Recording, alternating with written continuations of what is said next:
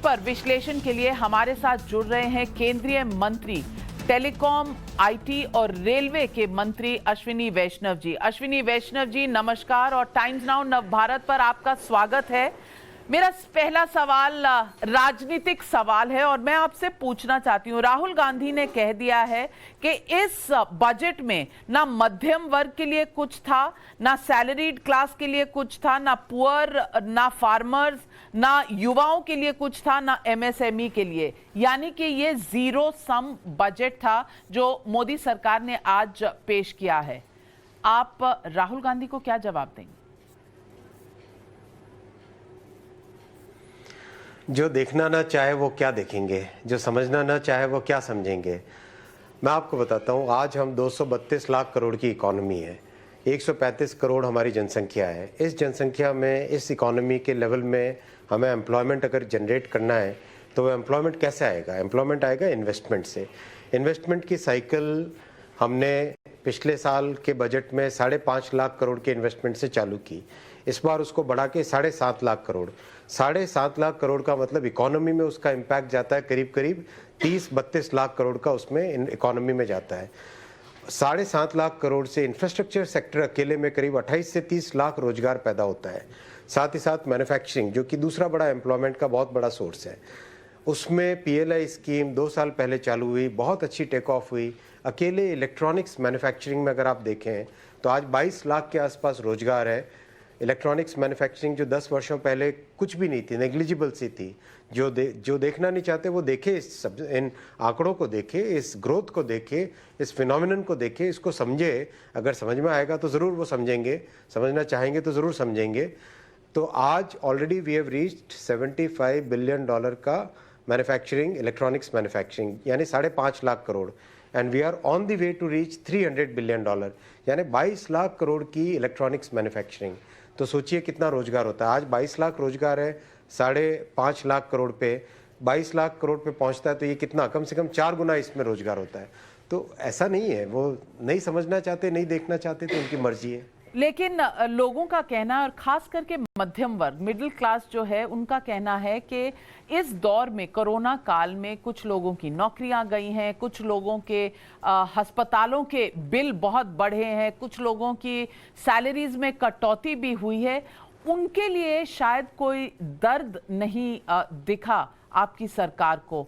क्या ये आरोप सही है कि आपने मध्यम वर्ग के लिए कुछ नहीं किया, जो एक समय पर बीजेपी का मेन वोटिंग कॉन्स्टिट्यूएंसी थी? मध्यम वर्ग, मिडिल क्लास का सबसे बड़ा पॉइंट होता है हम लोग रोजगार के अवसर किस तरह से ज़्यादा पैदा करें। ये रोजगार के अवसर पैदा करने का मैंने आपको जो अभी बताया, इंफ्रास्ट्रक्चर में इन्वेस्टमेंट, मैन्युफैक्चरिंग में इन्वेस्टमेंट, टेक्नोलॉजी को यूज़ करना, हर तरह से लिबरलाइजेशन की बात की, कंप्लायंसेस को दूर करना, स्टार्टअप्स ज़्यादा से ज़्यादा हो।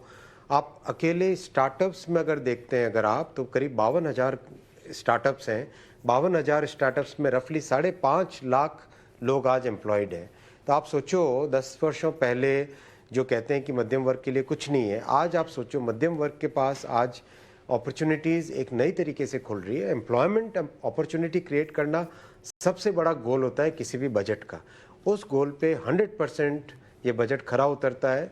और केवल शॉर्ट टर्मिज्म की बात जो लोग करते हैं, उनको ये भी ध्यान रखना होगा कि देश की इकोनॉमी को, एम्प्लॉयमेंट को, कंट्री की सोसाइटी में कोहेजन को, इसको बढ़ाने के लिए हमको एक लॉन्ग टर्म ग्रोथ प्लान हमेशा चार्ट आउट करना ही पड़ेगा। तो वही इस बजट में एक बहुत ही मेथोडिकल वे में किया गया है। अश्विनी वैष्णव जी, मैं आपसे पूछना चाहूंगी कि क्या पूरी तरीके से इस बार जो कोशिश रही है वो ये रही है कि राजनीति को अर्थशास्त्र से अलग कर दिया जाए, क्योंकि चुनाव है 5 राज्यों में, लेकिन रेवड़ियां नहीं बांटी गई, पॉपुलिज्म नहीं दिखाया गया। तो क्या ये माना जाए कि अब राजनीति मोदी जी करेंगे और जो बजट की जो बैलेंस शीट है वो वित्त मंत्री पेश करेंगी, जिसमें सिर्फ नफा नुकसान का एक ब्यौरा दिया जाएगा? देखिए, आज देश की इकोनॉमी $3 ट्रिलियन के आसपास है, 232 लाख करोड़। विश्व में टॉप 4 इकोनॉमीज़ में हम लोग गिनती में आते हैं। इस लेवल पे पहुंचकर अगर हम एक मैच्योरिटी के साथ एक मेथोडिकल वे में साइंटिफिक बेसिस से अगर नई बजट बनाते हैं तो हम उस इकोनॉमी को किस तरफ ले जाना चाहते हैं। तो जो लोग इस तरह का आरोप लगा रहे हैं वो ये सोचे पहले कि जिन लोगों ने केवल पॉपुलिज्म के बेसिस पे अपनी राजनीति चलाई, क्या उन्होंने देश का भला किया। आज अगर हम देखें गरीब के लिए, किसान के लिए, वंचित के लिए, दलित के लिए, आप सोचो किस सरकार ने सोचा था कि हर घर में हम जल पहुंचाने की व्यवस्था करेंगे, तो क्या ये गरीब का बजट नहीं है। किस सरकार ने सोचा था कि हम हर गरीब से गरीब परिवार को आवास देंगे, पक्का आवास देंगे, तो क्या ये गरीब का बजट नहीं है। किस सरकार ने सोचा था कि एमएसपी डायरेक्टली किसान के खाते में पहुंचे ताकि कोई बिचौलिया उसमें से कट न लेके चला जाए, तो ये क्या किसान का बजट नहीं है। किस सरकार ने सोचा था कि रोजगार के इतने अच्छे तरीके से एम्प्लॉयमेंट अपॉर्चुनिटीज़ क्रिएट करें, तो क्या ये नौजवानों की सरकार नहीं है, नौजवानों का बजट नहीं है।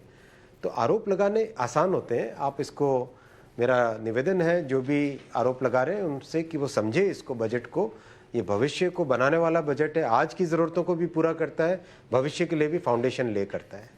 अश्विनी वैष्णव जी, एक सवाल और है। इस बजट में डिजिटल दुनिया पर बहुत एम्फसिस है, बहुत जोर और तवज्जो दी गई है, चाहे वो डिजिटल लर्निंग हो, चाहे वो ब्रॉडबैंड सर्विसेज हो दूर दराज के गांव तक, आपका भारत नेट जो देरी से चल रहा है लेकिन ऑप्टिकल फाइबर लगाएगा 2025 तक, और सबसे बड़ी बात है कि अब डिजिटल रुपया भी आएगा आरबीआई के द्वारा। क्रिप्टो करेंसी पर कुछ कहते ना हुए टैक्स जरूर कर दिया है क्रिप्टो करेंसी को, तो ये डिजिटल की दुनिया का गणित क्या लगाया इस बजट में, ये हमारे दर्शकों को जरूर समझाइए। जो हम लोग शहरों में रहते हैं, जो हमको आज फैसिलिटीज़ अवेलेबल है, आज शहर में रहता हुआ व्यक्ति दुनिया की किसी भी टॉप मोस्ट यूनिवर्सिटी के किसी भी कोर्स को अगर एक नौजवान यूज़ करना चाहता है तो वो कर सकता है। क्या ये अपॉर्चुनिटीज़ केवल शहरों तक सीमित रहे, या ये अपॉर्चुनिटीज़ उन दूर दराज के क्षेत्रों तक भी पहुँचे, उन गाँवों तक पहुँचे जिसमें आदिवासी भाई लोग रहते हैं, हमारे ऐसे क्षेत्र जो पहाड़ों के ऊपर हैं, ऐसे क्षेत्र जो सबसे कटे हुए रेगिस्तान के अंदर हैं, क्या उसमें डिजिटल टेक्नोलॉजी को पहुंचाना हमारा कर्तव्य नहीं है? हमारा कर्तव्य है। इसी कर्तव्य को लेके डिजिटल फैसिलिटीज़, डिजिटल सर्विसेज को last person in this society, हम अंत्योदय की सरकार है, प्रधानमंत्री मोदी जी का विजन अंत्योदय का विजन है। उस अंत्योदय के विजन में गरीब से गरीब घर तक कैसे इक्वल अपॉर्चुनिटीज़ मिले, इंक्लूसिव ग्रोथ हो, कैसे उनकी लाइफ में एक ट्रांसफॉर्मेटिव चेंज आए, ये हमारा एम है, ये हमारा उद्देश्य है। इस उद्देश्य के लिए हम लोग नेक नियत के साथ काम कर रहे हैं। वैष्णव जी, आपके अपने मंत्रालय यानी कि रेल मंत्रालय, टेलीकॉम और आईटी के क्षेत्र में इंफ्रास्ट्रक्चर के तौर पर काफ़ी बजटरी एलोकेशंस हुए हैं। इससे रेल सुविधाओं में क्या फ़र्क पड़ेगा और दूरसंचार के फील्ड में भी क्या फ़र्क पड़ेगा? बहुत ही रिकॉर्ड इन्वेस्टमेंट इस बजट में रेलवे के लिए किया गया है। इसके लिए मैं माननीय प्रधानमंत्री जी का धन्यवाद देता हूं। रेलवे में इन्वेस्टमेंट की बहुत ज़्यादा ज़रूरत है। क्यों ज़रूरत है?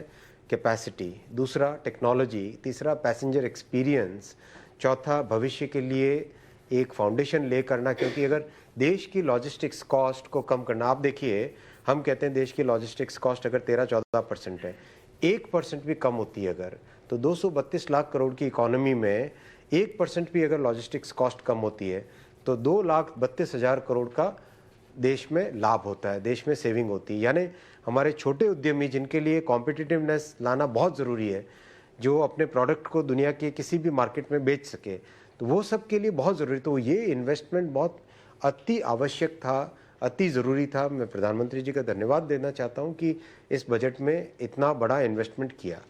इसी तरह से टेलीकॉम में भी 5G के साथ ही साथ सबसे इम्पॉर्टेंट है 5G का पूरा टेक्नोलॉजी स्टैक रेडी करना, यानी core network, radio network, equipment, handset, standards में हमारी इम्पोर्टेंस, हमारी वैल्यू, हमारा IPR क्रिएट करना।